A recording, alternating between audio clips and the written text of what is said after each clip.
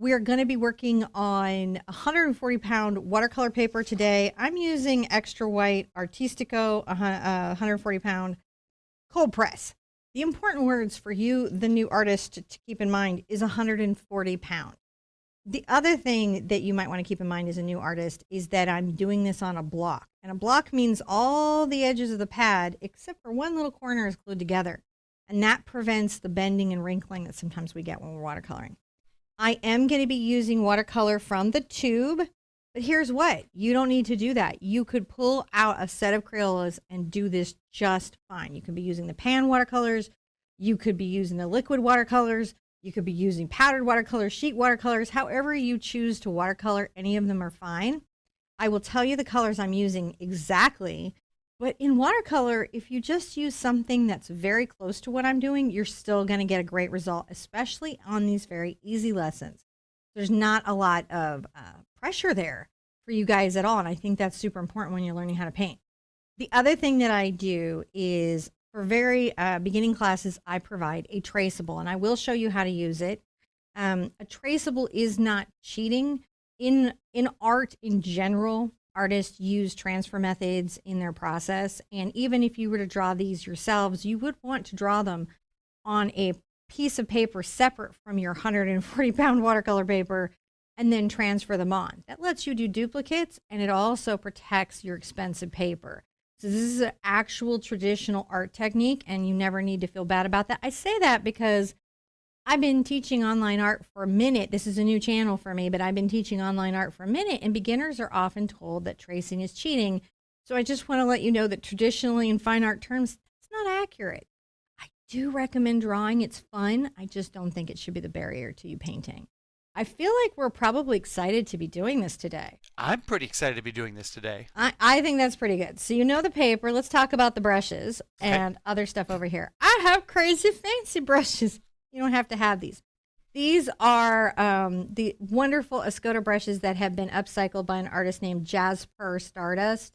And he creates these all custom for people. Basically, you're going to want a brush about this size range. This is what most places will call a number 8 round. So just say that with me, a number 8 round. Tell you what, if you want to come over to the other palette. Okay. So you see how those are similar in size? You want it to have a nice round belly and a point. Sometimes watercolor kits will come with a version of these. The difference between the natural hair and synthetic hair, this is the synthetic, is that the natural will hold a little bit more water and is easier to reshape. You really have to find what is preferential to you. You might prefer a water brush, and that is okay. I also like to keep around a nice fat wet quill. This is by Raphael. It's a soft aqua. I've got a little detail brush, and sometimes I have other brushes for acrylic. Like for our fine line work with acrylic, I'm just going to use a brush for the acrylic because I don't want to mix up my watercolor and acrylic brushes. And you might have gone, wait, you can't do that? You can, but acrylic does tend to wear down the watercolor brushes really badly. It makes the hair brittle because it's pH. And so it's just best to avoid mixing that because it just shortens the life of your brush. I'm also going to be using a bottle of the Golden Fluid White. You don't have to have this. This is wonderful, and I highly recommend it. Craft paint also will work for this technique. So any of the paints in a bottle, so you can go anywhere from $2 to $40. It's totally up to your budget and your preference. I choose this one because the pigment is so luminous and so saturated in this particular paint. I'm going to use a tool for splattering, right? That's a really fun tool I'm going to use for splattering. And it looks like a toothbrush. It isn't. It's from a brush set I have. Do you have to have my brush set? No. There's lots of ways to splatter. On my Art Sherpa channel, I have a whole video about it where it's the acrylic, but it works for both mediums. So if you just search on YouTube how to splatter the Art Sherpa, it's going to pull up this video and you can watch it. It's a very popular video. I also have a pair of scissors because we're going to use that to create a mask so the traceable would get used twice. I have a low tack tape that I'm going to use to tape down the traceable so it doesn't tear my paper.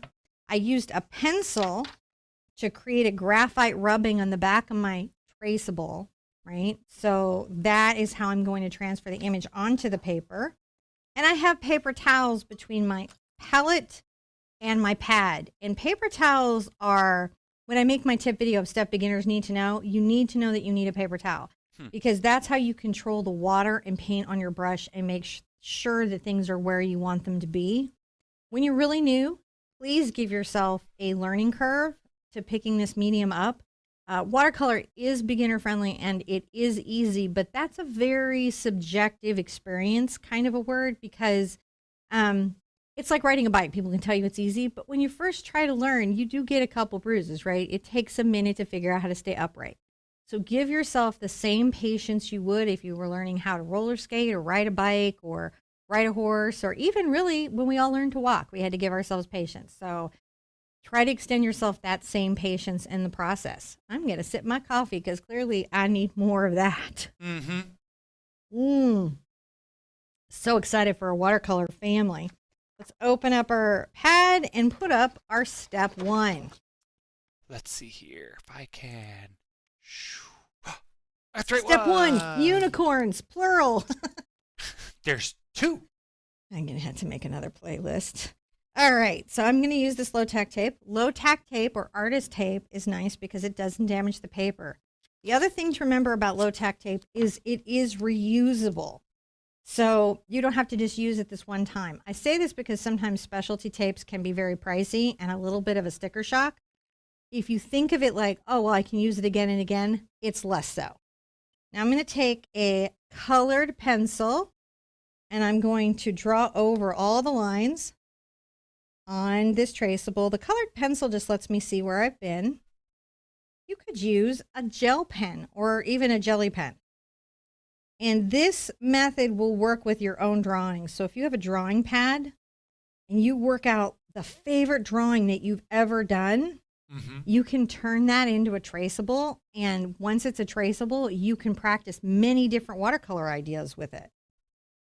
So that's a nice thing to know about this method. So knowing how to do it is very important. Now, what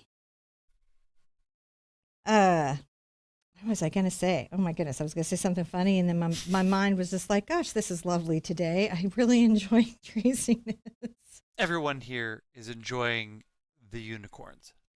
This is just a lovely one. It's just very sweet and friendly. And if you're wanting to start painting unicorns, this is a good place to start. I have some complicated ones on my other channel. The Art Sherpa, I have space galaxy on fire unicorns. Because, I thought I would just grab all the keywords in one unicorn, I think is what I thought. No, I think I felt like this unicorn needs fire. And the planet. Really. What happened? Well, we'll pretend it was like a tactical thing. So you can say I'm pressing medium firm. I don't want to dent or damage my paper underneath.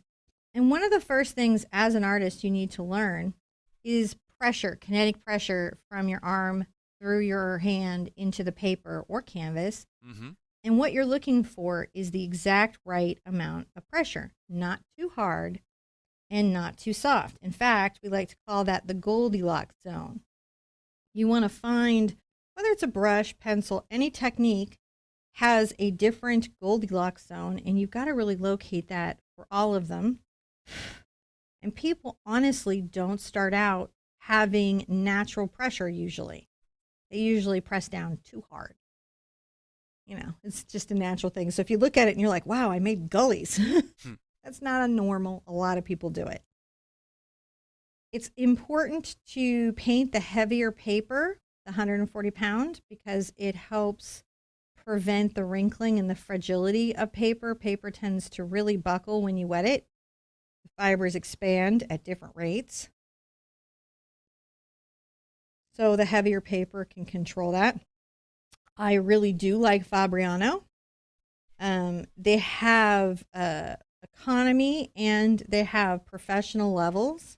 They were just asking about your paper brand preference. Yeah, I really like Fabriano. If you cannot if you're in Michael's, they're not there yet. They'll be there soon. The Strathmore watercolor block 9x12 on 140 pound is a great deal. I don't know if they're doing Canson yet, but I know that they have the Strathmore more watercolor block, 140 pounds. And that will work really well as well. The block is just going to help. If you don't have a block, tape down all the sides of your paper. All right, I think I've gotten, so I can check here. I can see, oh, I've gotten all the lines. And the goal is then to remove the paper, right, very gently. And if I have a light, and here's how you get to see it. If I shade it. Yeah, we can see it. Yeah. It's just barely. And that's how you want it to be, guys, because you don't want to have a heavy pencil line kind of coming up. And you might. A lot of watercolors actually lean into their pencil lines. But in this particular one, I think it's probably important that we don't. Now, let's do the next step with this traceable. Now that we're here, we're going to make a handmade stencil. When we go to splatter the stars, we might not want the stencil anywhere else outside the heart. That makes sense. So when you have an object like this, traceable like this, you can often create a little barrier using it. And this will keep the splatter inside where we want it to be. What do you guys think of that? I think that's a brilliant use of that stencil. You know, plus you get to cut paper, which maybe it's been a minute you're cutting paper. Of course, if you're in homeschool and your spring break just started and you're here with me, you're like, no, I have to cut paper all the time. They make me do it all the time. Mm-hmm. But what this will do when we go to splatter is we can put this down and create just a very gentle little protect or resist. So that's why we like to keep that to the side. I am going to start with what is my Jasper Stardust, but this is really, again, a number 8 round. It's the mid size that we all use in watercolor. And we're going to put up step 2. Okay. Now in step 2, we're going to be practicing a method called wet into wet, which means the paper is wet, the paint I'm applying into it is wet, and the 2 wet surfaces are going to do a thing called blooming, which is a type of blending that we see in watercolor. So we're going to want to work somewhat quickly. The other reason that 140 pound can be kind of nice is it holds the water a little bit longer and lets us get some control. Let's talk a bit about the colors I think I'm going to be using today. And I'm going to tell you the colors as I go. I don't expect to be using everything on this palette. I expect to be using the Hansa Yellow Medium, Pyrrole Red, Quinacridone Magenta, maybe Phthalo Blue, maybe Ultramarine Blue, probably Opera Pink. I could put some more out. And I might get into my transparent Pyrrole Orange or Phthalo Green. Those are the colors I expect to be using. All the colors here in my palette are the ones that I'm using for 2021. I'm not changing those colors. That way you could collect them over time if you want to participate in these free classes. And it gives you a second to get caught up to us because it can be a little like hard and expensive to get into a new art class because there's so many materials. So I'm going to really let my brush be in water. We're going to call this priming the brush. That's allowing the hairs to kind of get saturated and wet so that they fully swell. And this allows the brush to behave predictably. I'm going to scoot this over just a titch, John. Okay. The palette is very, very thick. We can adjust that. And I'm going to paint very carefully around my unicorn on the outside here. See if I can do some screen magic to. And around his horn. Well, once the paint's on it, it'll start to really show. But I have some screen tools. Do you have some screen tools? We can pull. Well, actually, what it is I go into the camera settings and I adjust them down way low. So, like, say I came here with my green. And I'm going to just allow that to go out. Now, get that in focus. That's so cool. I'm going to come to the edge. And you can see on the edge here, it doesn't go past where the brush is because I didn't pre-wet that paper. Right? And I can bring it forward. There we go. And where the paper is wet, it does what's called blooming. Now, coming forward, maybe I want to get into my Phthalo Blue. And I'm getting a very heavy load of Phthalo Blue because I want it to be kind of dark. I'll paint carefully around the horn and the ear.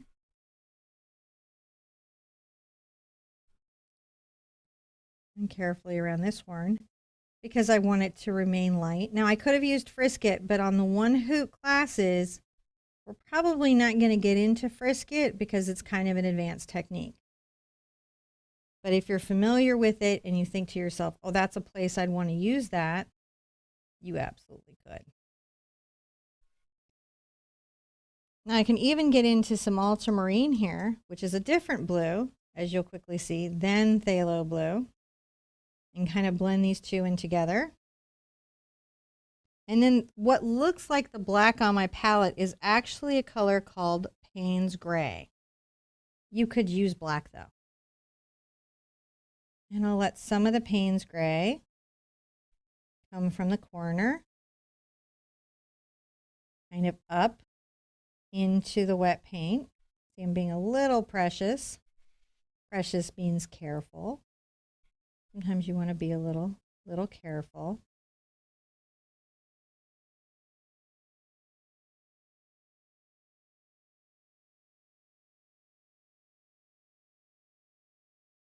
You can see that as we paint, right, these things kind of bloom into each other, but keep in mind you can come back. Like if I want to get a very heavy load of the green, I can come back and darken that even into the gray. Ooh. Or if I wanted to add a little yellow into it,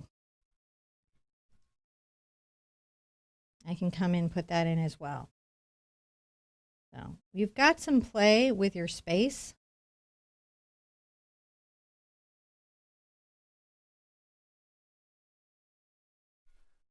I want the only little pops of white to be stars, so I'm going to definitely kind of work those out. Now, between his head and her bum bum, and I absolutely have just randomly assigned genders to the unicorn, so your inner narrative is perfectly fine. Assign to your preference. Assign to your preference. I am okay.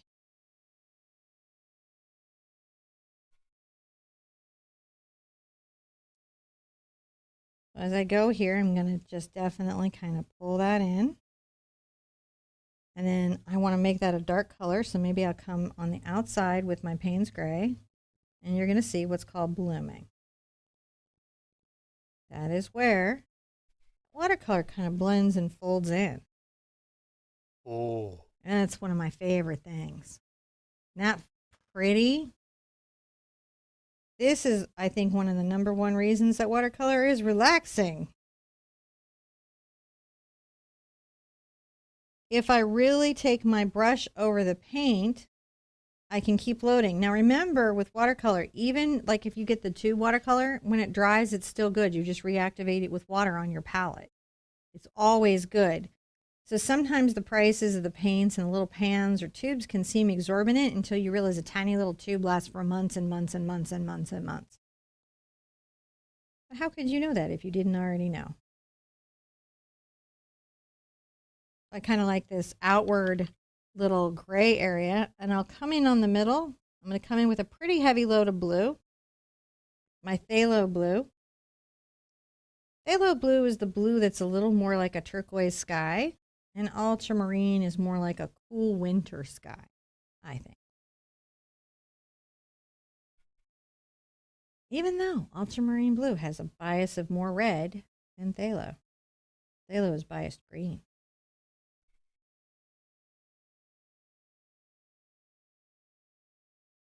Coming on the toe of the brush. Notice that I'm not pressing hard. I'm not pushing into the paper with the brush. That's that Goldilocks zone we were talking about. That's cool. Now we have another space between her and the area above. Just make sure this is smooth. I want this to be smooth. Indistinctly a tail, so you can always go back and fix those things. See how I use my paper to control water? Mm-hmm. Right? So when I go in, does it show the paper towel? Is there a way to show the paper towel? When I'm coming here, I often go there to control the water. I might come here to see how much paint is on my brush. So I'm between these applications of paint. There you can see it a little better. I may come and touch my paper towel to control the amount of water. That's a subtle thing that can be hard for you guys to see happening.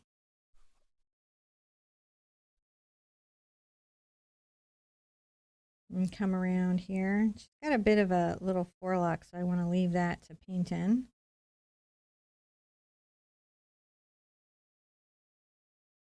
Forelock is a horse's bangs. And I'm pre-wetting this again. That's fun.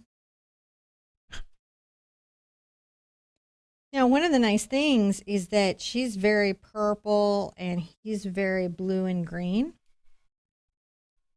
And so, you know, you get to kind of play with that as well. There's some experimentation. If these were not your favorite colors, you could definitely come in and play with that. But I'm going to come in with blue again.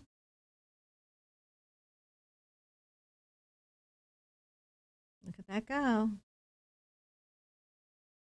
Isn't it pretty? Now, something you wouldn't know as a new artist is all watercolors do not bloom equally. Sometimes with watercolors, you have to add a product called Flow Aid or Oxgall to create this effect in the watercolor. I'm using brands that tend to flow. So Core, Q-O-R, I'll show you the tube here, right? This has the most in paint bloom, right? It's a little pricey, but it lasts a really long time and it has the most in paint bloom. I also use this Holbein watercolor. It has the least in paint bloom of the brands that I use. And then I use Daniel Smith. This is Daniel Smith. It has a mid-range bloom. And I use Hansa. I use M. Graham also as a mid-range bloom. So those are things to kind of know about the paint that you might not know, just naturally you might not be aware of. I'm going to go ahead and make a little purple here using my quinacridone in with my phthalo blue. It's almost like a little indigo that's going to happen.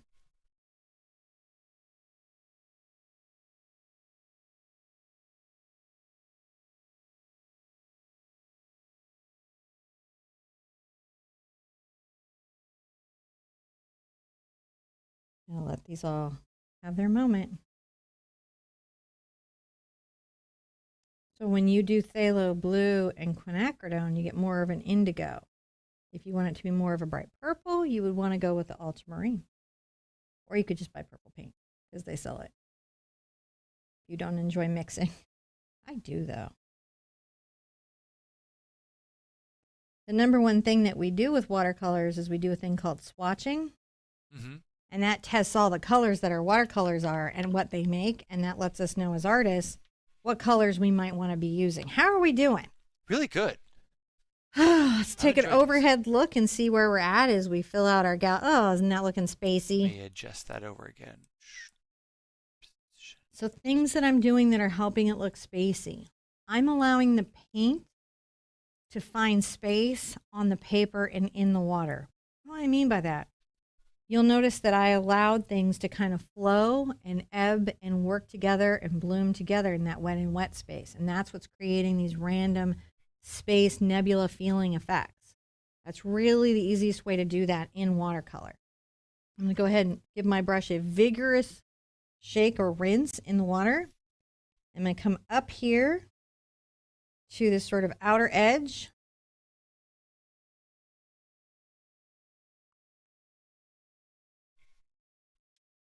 This outer edge and above the horns, because I really, really don't want the horn. And I might bring it a little bit back into the blue I already painted.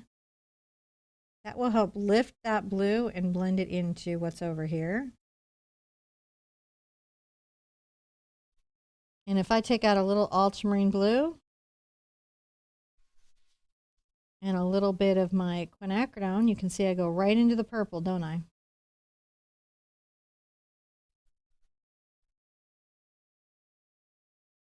I want this to kind of blend out and start to happen before I put in the darker colors of the indigo.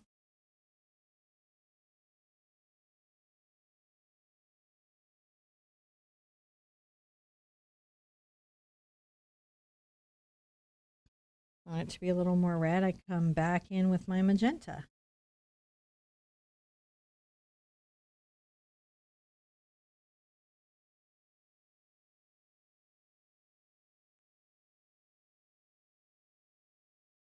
This is a delicate little space. So I'll paint carefully around here. Notice that I didn't try to do it with the invisible water. I went ahead and found that space. I can always add some other color to it, but I used that time to get some color there so I could see where I was going. Now, there's a good question in here. So I love questions. Once you've painted an area, is there different reactivity? Like, can you reactivate the You paint can. on the In surface? watercolor, one of the things that watercolor is so different than acrylic is that you can reactivate it on the surface. And so very often, if you want to come back and lift or move some of this or blend some of this, you've got quite a lot of leeway. And in some colors, like ultramarine, you can almost blot out the color. When they're granular, you'll hear artists go, it's granular. What they mean is the pigmentation. So they're kind of referring to the way the pigmentation is and it sits on the paper, and those pigment particles kind of wash out. But some watercolor is staining, which means it does. It sort of stains the paper, and those are more difficult to lift. There are mediums, though, that can really help you do that. Oh, I really like this moment right here, and I don't want to take it out, to be really honest. I think that that's super pretty, so I may not come back and interfere with that. I might bring my Phthalo Blue, got a little bit too much on there, but I might bring my Phthalo Blue up from the bottom, but I might not try to take out this upper area with a darker color. We'll see, because I want it to look like space, but sometimes you'll find in a painting that you have something called a passage, like a little passage in a poem, and you realize, oh, I don't want to change that passage. That's beautiful. You've got to be kind of careful when you're painting, when you're thinking about what do I want to do when I'm painting? Do I want to change this, or has something special happened here that's unexpected?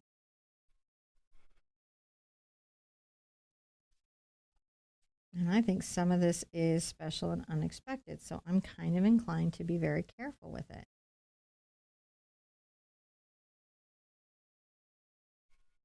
This bit right here. That's what I'm sort of trying to sneak up on. I'm tapping my brush up and down to help kind of enforce the irregularity of that space.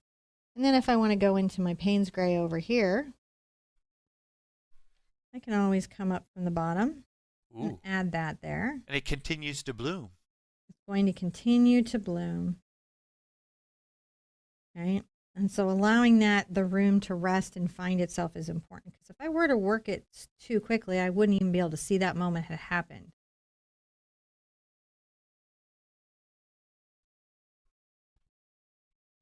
Now maybe I want to come along her little neck here with some dark lines, because again, space. I acknowledge it.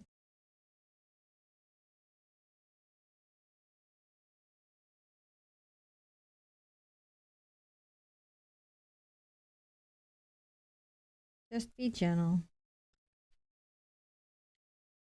How do you have any trouble cleaning out your paint wells from dark to light?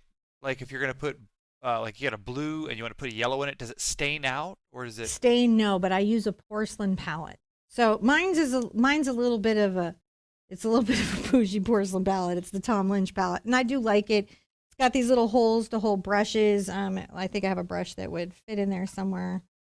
This little fella, it's like you could hold a brush with it. It also, here's one that holds really well. Like little detail brushes can hold in your palette easily. And it's porcelain. However, that may not be your first purchase right off the bat. Butcher tray in porcelain works just as well. And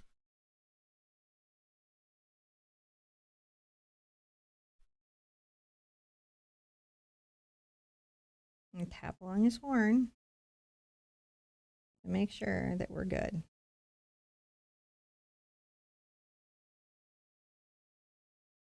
And then I'm going to kind of tap out on the toe of my brush. Tapping out means I'm just making an upward and downward motion with my brush. And that's just to help that area kind of blend and find its space in its space. I think we did pretty good here. I think it looks amazing. Lovely. Now let's give this brush a vigorous rinse out. and check it on paper. There we go. Because we want to have bright colors, right? And we need to have this be dry. Can we heat my coffee? We certainly can. While you're heating it, I can take questions from the chat. Or not. It's okay. Yes, you can take I don't need questions to. It's from the okay. chat. We just have to go over and because I have Oh, do you have some for me? well, I tell you what, they were asking about Frisket earlier and your choices, why you did or did not use it. Okay. And I know that there's like so many answers to that question. You There can talk for is. hours. So in Frisket, I use the Ultimate White Liquid Mask, and that's the one I prefer to use because you can do things with it that you can't do with other Friskets, and it comes with the most user information. Huh? What? Okay. Okay. So I really like this brand. There are other brands, but I have things I can do with this Frisket that I can't do otherwise. Frisket can be challenging to learn. I consider it a slightly more advanced artist material, which is why I do it in the 2 and 3 hoot classes, because it's not one you're likely to run into, want to buy, or have an easy time learning yourself. Like one of the things that, makes this a 1 hoot is that you could kind of work this out yourself as you go with your own watercolors and your own brush, right? It's not a lot of materials, and it's not too difficult to do. I gotta find myself my lab now. It's not going to tell me. It says, that's you. And I'm like, that's not me. Back to the search. There I am. And I'm mute. So, hi, Patty Hoffman. It's so good to see you. And thank you, Darcy. I appreciate that very much. Darcy saying, you amaze me every time I watch you. Thank you. So, here we go. Tammy Edwardson says, I guess I keep my brush clean enough I don't contaminate colors with other colors. Yes. So, in watercolor, our brushes hold the pigment. They're made to hold the pigment and staining and all of that inside the brush a bit more. And you have to do 2 kinds of rinse outs. One is a soft swish. We can kind of demo it here in this space. One is a soft swish, right, where I'm not very vigorous and I'm just kind of pulling just pulling a little bit of water and color out of it, and one is the vigorous, which is I am getting the pigment out of the brush and putting it in the water. And then I'm going to test my water here. Now it's got a little bit of blue in it, but for what I'm about to do, that's not disruptive. If it would be, like, say I was going to paint very light yellow flowers, I would need to change that water right now. Like right now. Darcy says, I made a stay wet palette with a meat tray and paper towels and tracing paper. Yeah. Craftiness is always a good option. It's very good to do that. I'm so glad you guys are enjoying the watercolor classes. They are really fun. And I like slowing down and really being able to explain to you guys how this is done. Now, we don't want to splatter yet because we've really got to paint in our unicorns. So let's start painting her in because I think she's sort of the very, very pretty one. I may go ahead and put out a little of my opera pink. This is opera pink. It's one of my very favorite colors, and I just want a wet application of it out there because it's so bright. Yeah.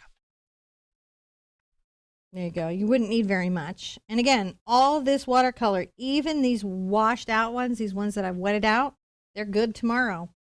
So you're never, ever wasting it. I'm going to come here, and I want a little control, but again, I'm going to do some wet into wet. So first, I'm going to come here where the paper is dry with a little bit of this pink. And come above in the ear with a little bit of the pink. Now I can come back with some more pink, my opera pink, and let that kind of get darker and a little more thought out.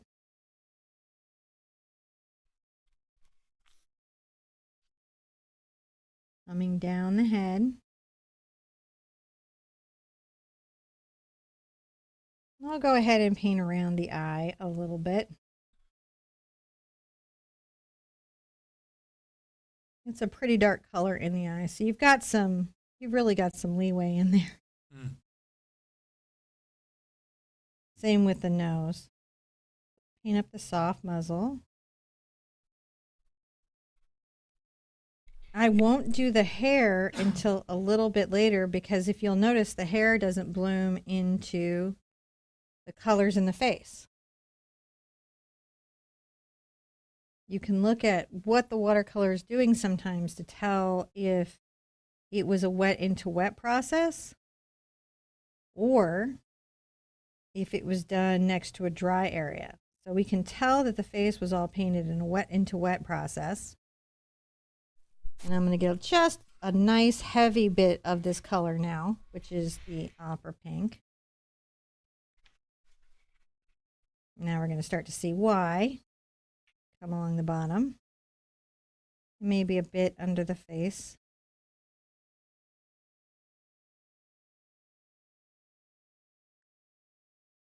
I'm going to rinse out vigorously. I'm going to grab some of my yellow. Some of my Hansa yellow. Come right in there.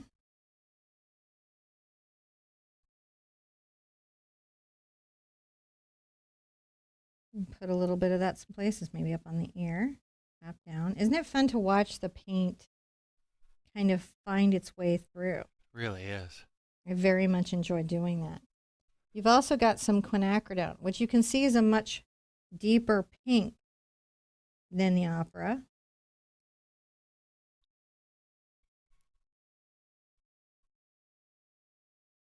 I can bring this through here. And once again, be quite playful. I've got my purple for the outside here.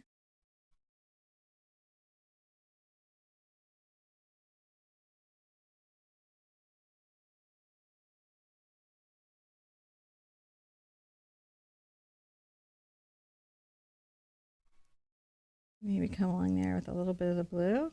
Mm-hmm. And down into the point of the heart.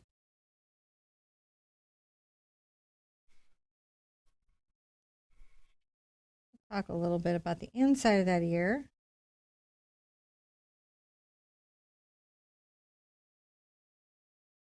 I'm going to come underneath the jaw just a smidge. It's okay that it's going to bloom. I want it to bloom a bit because I want kind of that spacey feel.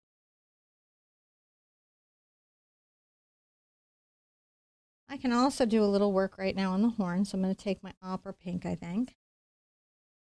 And this horn goes behind his horn.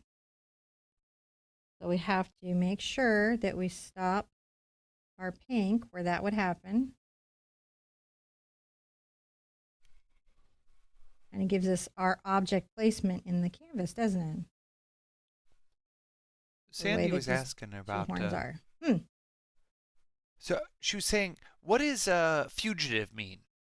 Fugitive means that it is not going to be with you long. It's going to escape.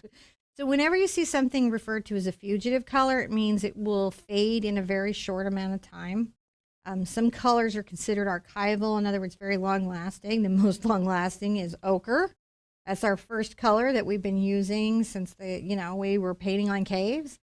And some colors are very temporarily with us, like anything in the Copic marker lines. Those are alcohol markers. Those are dye. They're very fugitive. They're not long-lasting.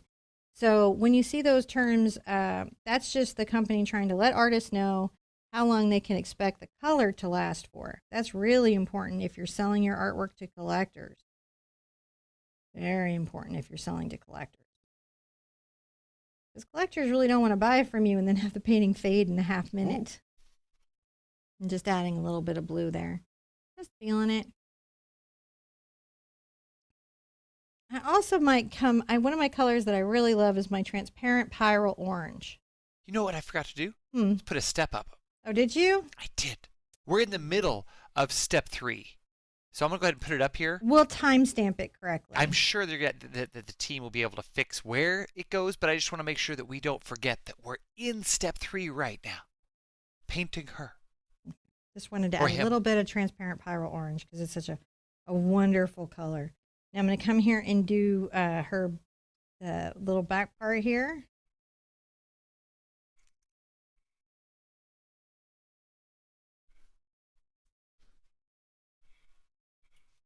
Just painting that all wet with water so that I could come and make, a nice purple. I could even get my ultramarine into that. Makes a very nice deep purple.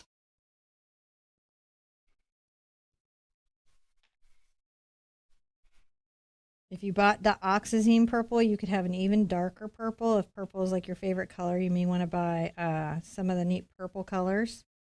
I really love Moon Glow by Daniel Smith. There's a bunch of beautiful ones out there.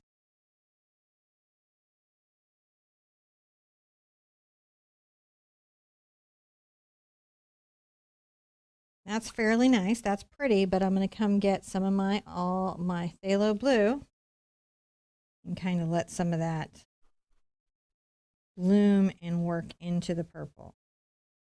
This is a great painting if you're trying to understand how your watercolor flows from one area to another, how different pigments flow differently from one space to another.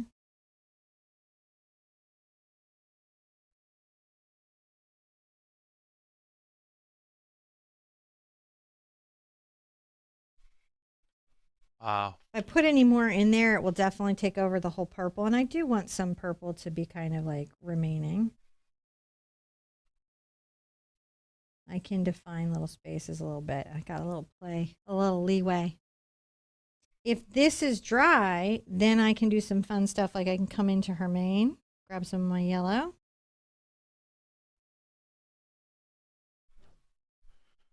I'm on the outside here with some yellow. Ooh. And then, yeah, oh, I don't want to touch that. So I came a little early there because her bum is still a little wet. So I'll come back up here where it's dry. Notice that it didn't bleed. And the reason that it didn't bleed is because there's just a hair of white paper between the two. And that's just because I have a lot of experience and my brain automatically is always like, a little space. You're going to need it. I'm just using the yellow. Putting the yellow up here. This works because the horn is dry and everything is dry enough around it where I can. I'm going to get into my transparent Pyrrole Orange.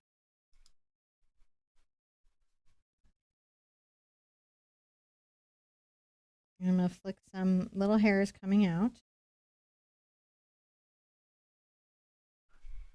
And then maybe a little bit up here.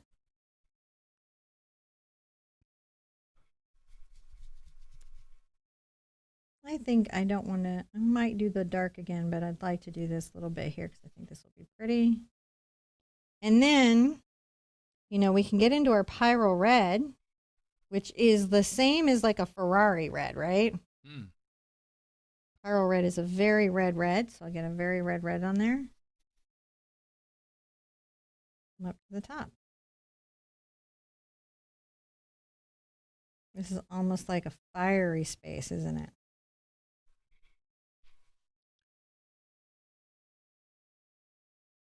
So this is the Holbein, and you see what I mean about it's not as blendy. It doesn't bloom as much. Its bloom is much softer and more controlled.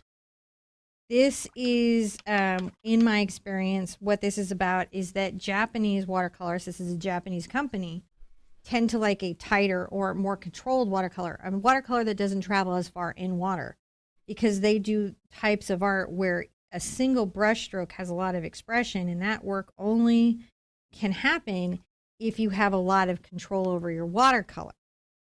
You can't do it if your watercolor is like flowing all through the water. So they prefer to control watercolor through additives like Oxgall. Huh. But here, we like to have the loosey-goosey, flowy watercolor. So we tend to have more flow agents in our watercolor.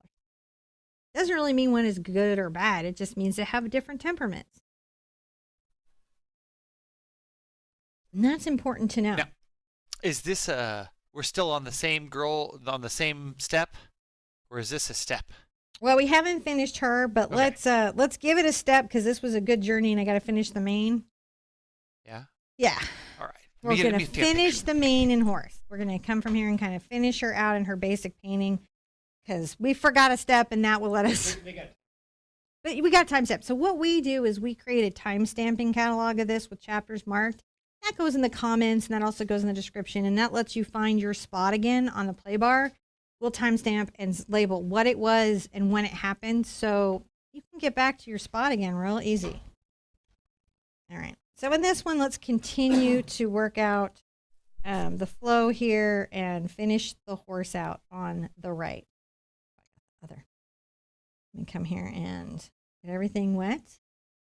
Now that her bum is a little bit dry. Oh, no, not that dry.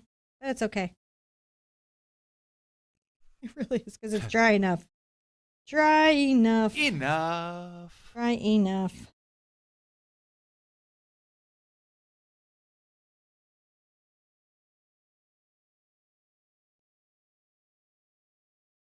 I'm going to come back into my Pyrrole, my Hansa. Let that really bloom out. A little of the orange, my Pyrrole orange. Just grab a bright orange. You know, the thing is, when you're on your watercolor palette, you see me doing a bright orange. If you're on your Crayola palette, just grab your brightest orange. Just grab your brightest pink. Just get your closest approximation. I see. You know? And ask yourself, if you're not really sure because you haven't really thought about coloring that way, one of the ways is like when you look at a red, ask yourself, does it look like a birthday party? Those are more pink. Does it look like blood? Those are more cool. Does it look like a sunset? Those are more warm. So if I'm painting a Pyrrole red, you would look for the color on your palette that looks like a sunset. But if I was painting the opera pink, you would want to look for the reds and pinks on your palette that look like a party. Mm. And that's just something that you kind of learn as you go.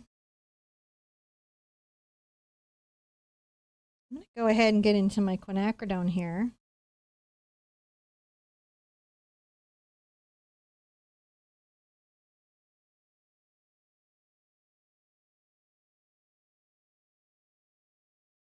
Because I like it. Oh.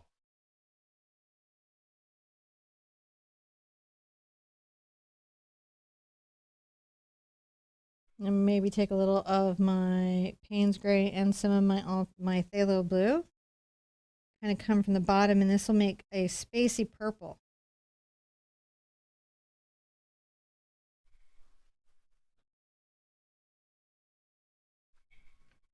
We'll flow along that edge there.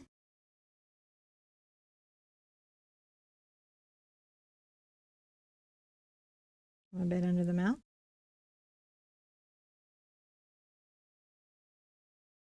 And bring a couple little strokes down like hair, but just let them bloom out. Go ahead and get some of my Payne's Gray, and I'm going to come between the neck, almost from the space, up towards the ear. You jump. There it goes. Coming up the neck, I'm on the toe of the brush. That's how I get my fine lines. I don't press very hard, and I come on the toe. That's the tip of the brush. Toe of the brush is right there. See this water drop? Yes. That is a secret thing that messes up all artists. You got to watch for the hidden drop. It sneaks up on you. It does. It wants to mess with you. You have no idea how much it wants to mess with you. It's always wanting to cause trouble.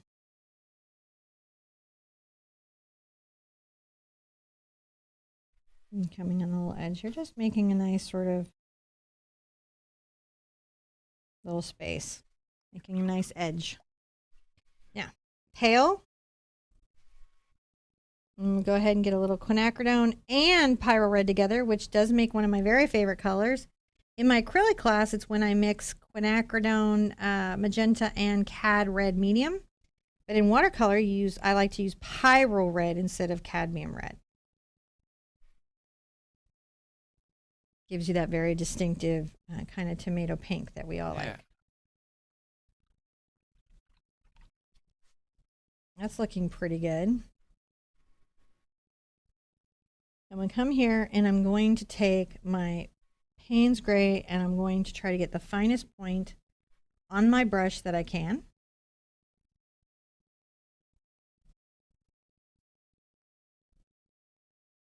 And I'm going to make my little eye shape. See how the hair is kind of separated? I'm going to come roll here again.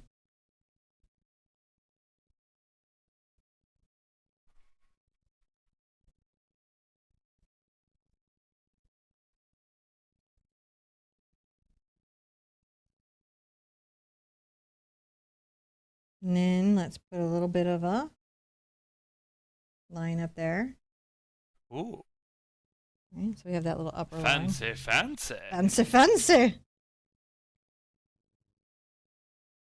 And I want to make sure if I'm having trouble getting a point, then I just re-wet my brush and kind of work it into the palette until I see a good point.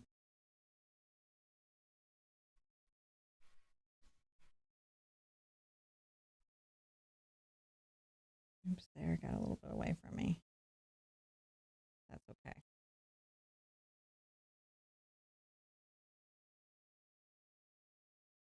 A little smile there and a little bit of a nose. Come back with some magenta under here. Try to define that line. And we've got the white lining coming up. So we will kind of be, that will help us a lot, pull those two spaces apart. I'm going to take a little of my blue into my magenta and getting that purple again. Making a nice point, and we're going to come under what is the jaw. Going there. And then we're going to do what's called a glaze. So I'm just going to bring down a little bit purple. And maybe another little shadow there.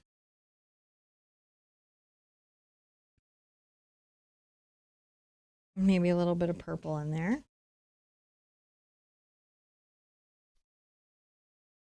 Come under that eye. So until we white line, that's really all we've got to do on that horse. I can show you a little bit how you can come back with a brush and I kind of squeeze out between my fingers and I can lift color.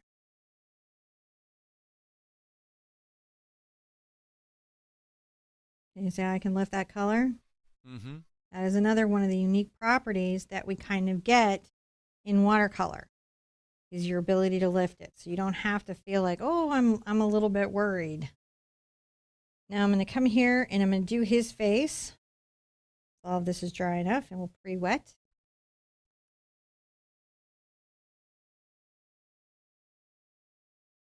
Be a little more precious around his eye because he has a blue eye. Going to ask a little more of me. And on this, I may change my water. I may change over to my Sharky mouth, Shark Tech. Just to get some clean water, it's a good idea. Because we want to keep his colors bright. Yeah. Let's start him with a nice orange muzzle from the transparent Pyrrole Orange. Raheel brought up a good question. Hi, Raheel. How are you doing today? So he asks, when painting, especially with watercolor, it has a problem where after it dries, it loses its saturation. Yes. That is the quality of the paint. So watercolor does have color shift, and all watercolor lightens as it dries. Some companies really provide more saturated colors, like Core does really saturated colors. The professional brands tend to really saturate their colors, put a lot of pigment in them. Also, Adidas color sheets does a really good job of having really bright saturated colors. Colors that are staining over granulation will tend to be more vibrant to the eyes too. So if you look at a tube and it's like granulating, that might not be as vibrant as one that's staining. But the granulating probably is longer color lasting. So it's very interesting how that all works. And it's, again, a brand by brand. Like Crayola has a pretty bad fade. However, I don't think that they were too concerned about the longevity of the watercolors when they made the fade. They're like, you know, it's got to last as long as it's hung on the refrigerator. I think is the length of time that they're planning to have a Crayola piece of artwork last. I'm going to pull this up into the main where I know he's going to have a main. So one of the things that you can do is load your brush with a little more pigment so that more pigment is going in. Another thing that you can do is to come back and do another layer of pigment very carefully. I'm going to grab a little green here. And I'll get some in with my yellow. I want a very light green. I mixed my Phthalo Green and my Hansa Yellow.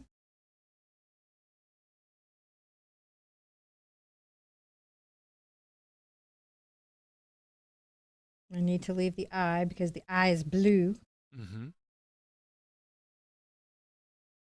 We can go a little bit into this mane because this mane is so much darker than the colors underneath it. Rinse out and get just a little bit of my phthalo blue here for the bottom. So yeah, that is one of the things. And one of the reasons that people love Copic markers, even though they fade out, is because they're so saturated to the eye. Yeah, they really, really are.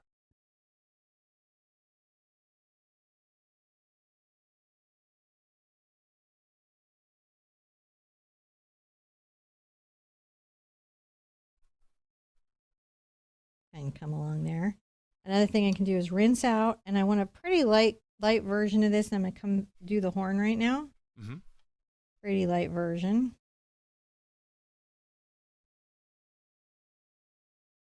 And a lot of this also kind of comes together. We're going to do a little trick to really pull this out from its other space. I'm going to get a bit of green while I'm here. I'm going to paint this little ear.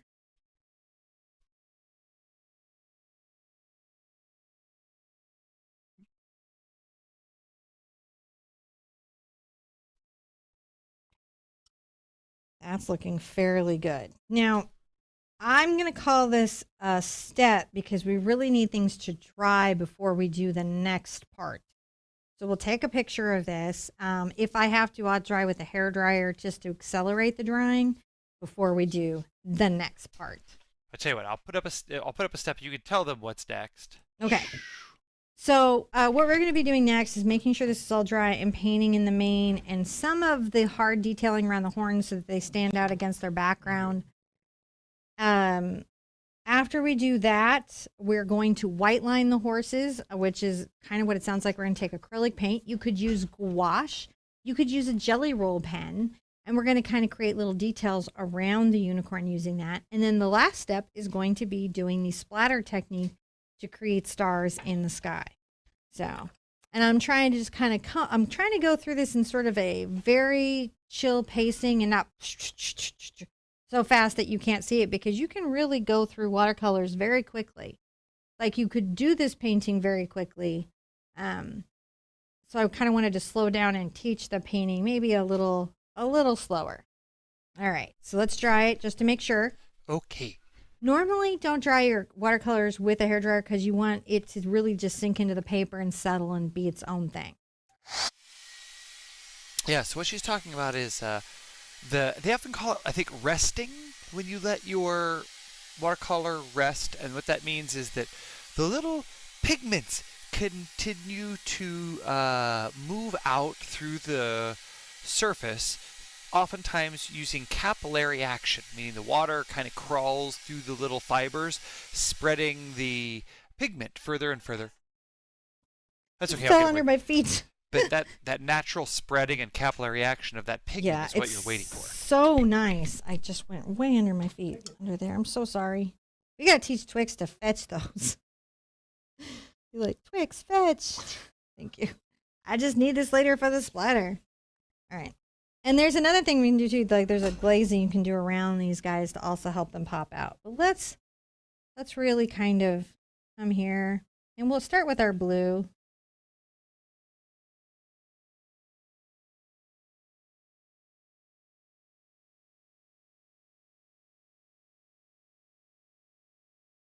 You can see the blue glazes over what's there quite well. I can flick the brush in to sort of create a sense of hair. And I want to really fold that over. No wet between those two areas so that it can kind of all pull together. Now there's a bunch of ways we can get green in this space. We could come back with some phthalo green for sure and get some great green color. We can also come in with some of our Hansa yellow and it will make it kind of green as well. So there's a couple ways to get that greening effect. Both is okay. You just pick the one that is making you the happiest. I'm going to still do little brush strokes that kind of reminisce to hair, so that even as this dries, and I may come in and get a little bit of a darker sense of phthalo blue here at the base. A little heavier load. See how we did a very heavy load there? I do. That's about how much pigment is on the brush. And a little bit about how this paint tends to have its temperament is a very specific temperament. All right. So pretty. Isn't that lovely? I'm going to come in with just a little bit of blue.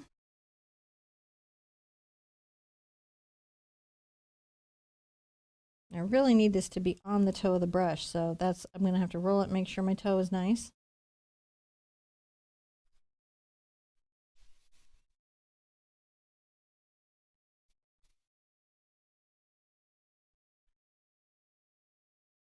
Again, it's super easy to come back with a dark color, but really hard to get the light color back, so best to just kind of go slowly, find your way. While that's having a little bit of a think and a dry, we can come here and using the toe of our brush again, and talk a little bit about a nostril, which is just a little curve back, kind of like a little comma. And then maybe under the nose, we'll come here and give him a little muzzle. Another thing that I can do at this stage is I can very carefully come in with my black. And you really want everything to be on as fine of a point as your brush will allow.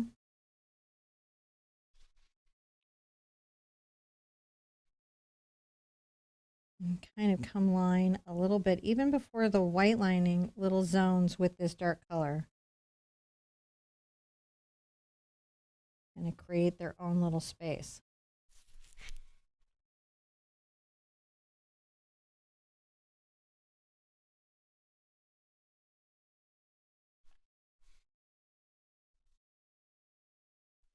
See how we create that little zen space?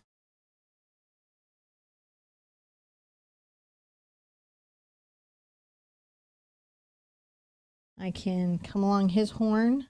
Again, I really need to have it be a very, very light. And we're going to be back with white lines, which will also help.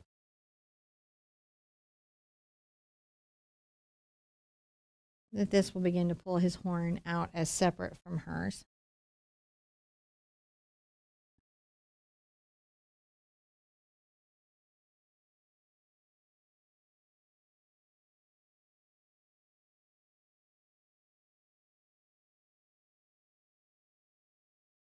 A little bit of a dark line down here. Might come back and kind of fix that little line right there.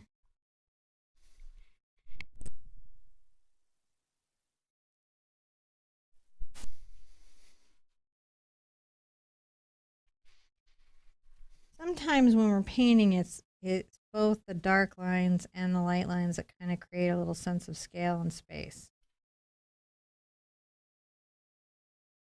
You don't have to have them, you just can. They're just something you can do. You're not required.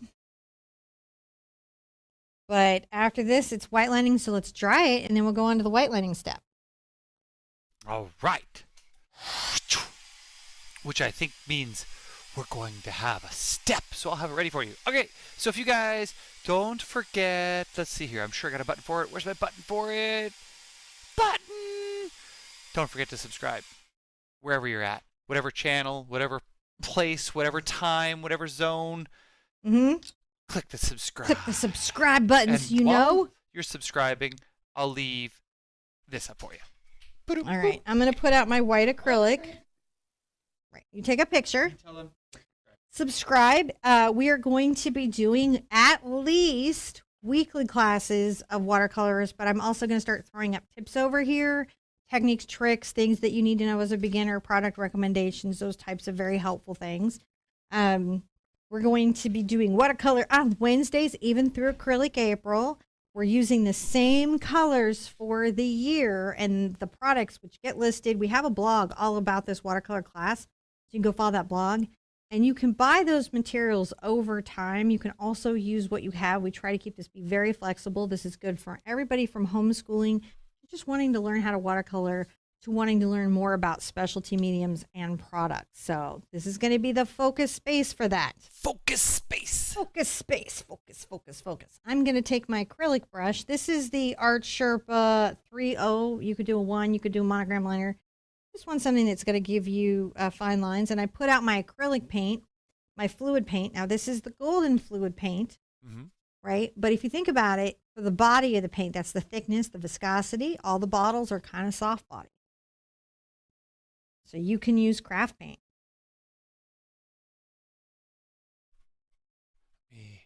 And I'm going to do a very fine line, kind of coming down the main. And what we do is we create spaces where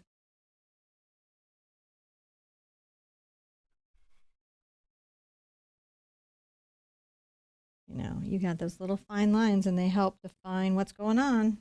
They do.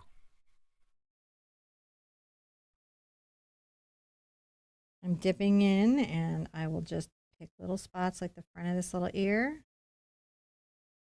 So gouache or acrylic will work. You could do a jelly pen. You just want something that's opaque enough where the watercolor won't seep up into it too much and make it too hard to see. Up here and kind of also enforce this with maybe some white lining. And we'll make our little spiral. These are our curved lines. It goes up like a candy cane. Across, thinking of a candy cane, a little bit at an angle. See how you can do?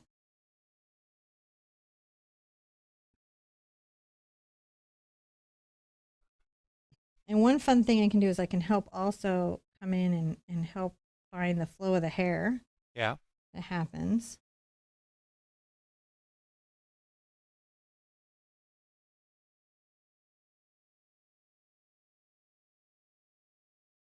There we go.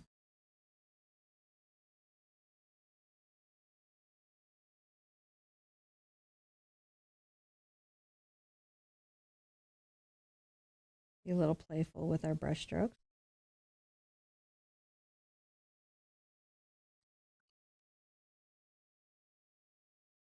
We've got some detailing along the jaw.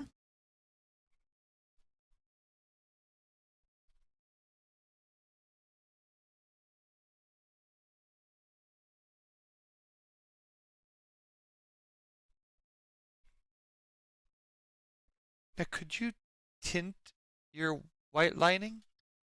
Sure. Or you could use any color of paint if you wanted. There's a lot of options here. There isn't just a one way to get through anything. And that's important to know. There's a lot of ways to get through your painting.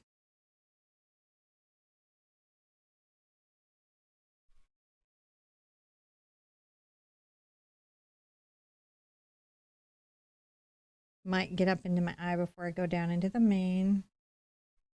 And that strategy is because I don't want to drag my hand through wet paint. Right.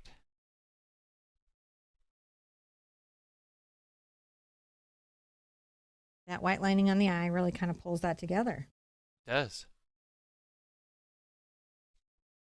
There you go, little reflections. Oh, she's looking pretty now. Uh-huh. She's so pretty.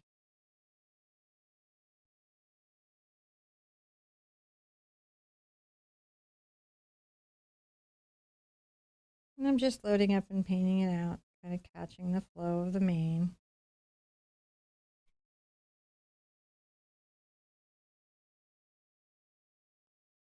Try not to be too hard on yourself. You know, it's real easy to get caught up in what you believe you've done as a mistake, which is probably honestly not. Mm-hmm. But you'll have an idea of the painting in your head. And if your painting deviates from that at all, you'll get frustrated with yourself. You maybe not be as forgiving as you should be about how it looks.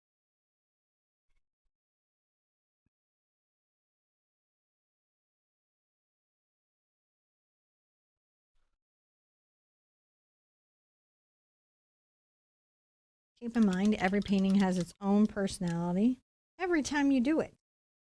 I might actually come along the back and help define these zones between space and this.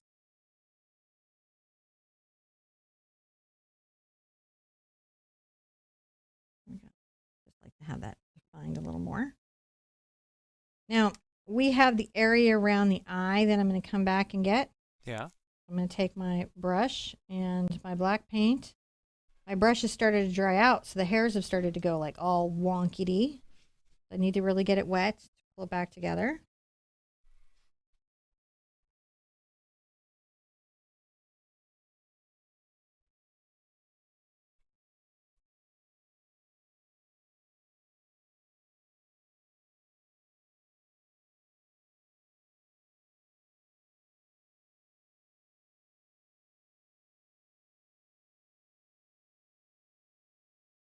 That can have a little dry for a minute. Back to the white lining. Mm-hmm. White lining is a little involved. It is, but it adds some of that, you know, oomph. Well, it really does. And then the stars are going to really like kind of bring this all together. And I got a little colorful in the piece, but I'm okay with that. That's what I was looking for.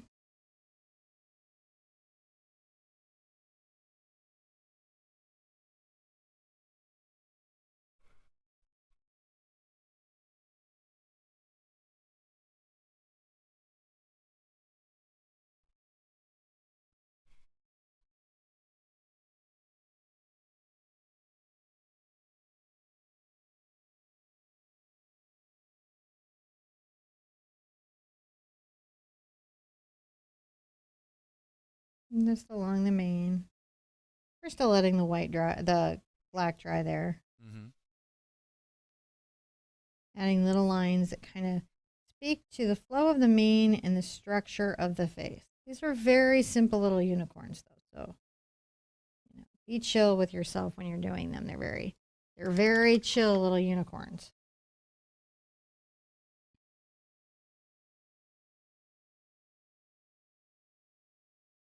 And I do think you should keep your watercolor and your acrylic brushes a little bit separate, just because of how damaging acrylic is to watercolor brushes. I think that's very nice. Might come in with a little white. I'm actually thinking I need a little blue. Give me a second. I'm going to grab a little blue with my acrylic brush because it is not harmed by watercolor. Okay. In any way. It's the other way around. Make sure that my blue is blue enough because he wasn't feeling blue enough. Wasn't feeling it. I wasn't feeling it. Now I'm going to get my white.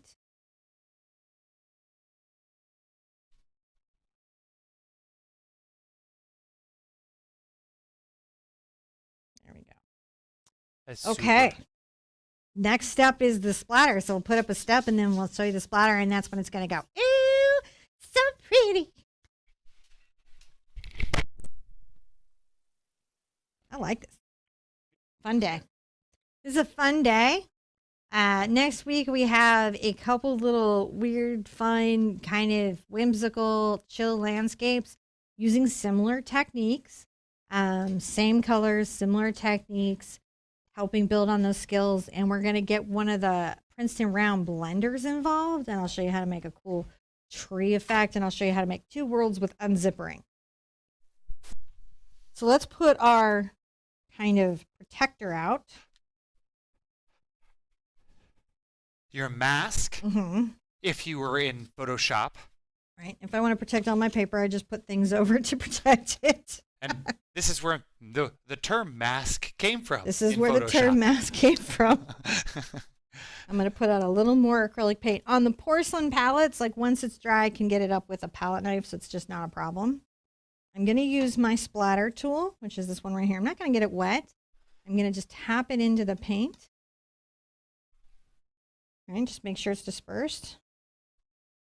And I do want splatter on the unicorns and the sky because they're also galactic, is the thinking.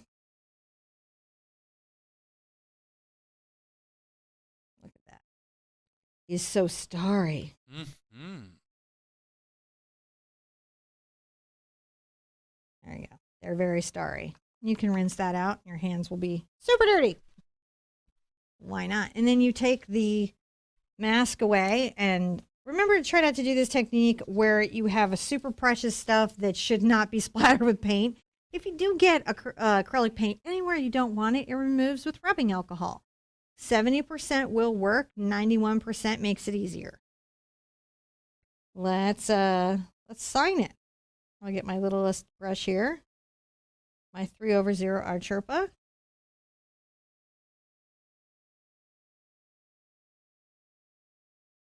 Just fill that up. Now, you can actually frame this. You can even frame this with custom mats that are cut in the shape of a heart at a frame shop. So that's something that you could do. If you want to frame it yourself, you would just mat it and it would just frame to the outside edge of this. Hanging on a wall. And the fun thing about matting is you can then pull in the colors from the painting into the mats and add a level of playfulness in its finished presentation. It's an easy watercolor. That was fun. That was fun. So if you're doing acrylic April, I do have a pre-show today just to get us ready, show you where everything is. I'm going to walk you through where objects are on the website so you can find your links and your resources and are not feeling so like, oh my gosh, what's happening? Anything I could do to make that easier. If I'm just going to see you next week for Watercolor Wednesday, that's exciting as well. But at the end of the day, here's the most important thing. Good to yourself. Be good to each other, and I want to see you at an easel really soon. Bye-bye. Bye.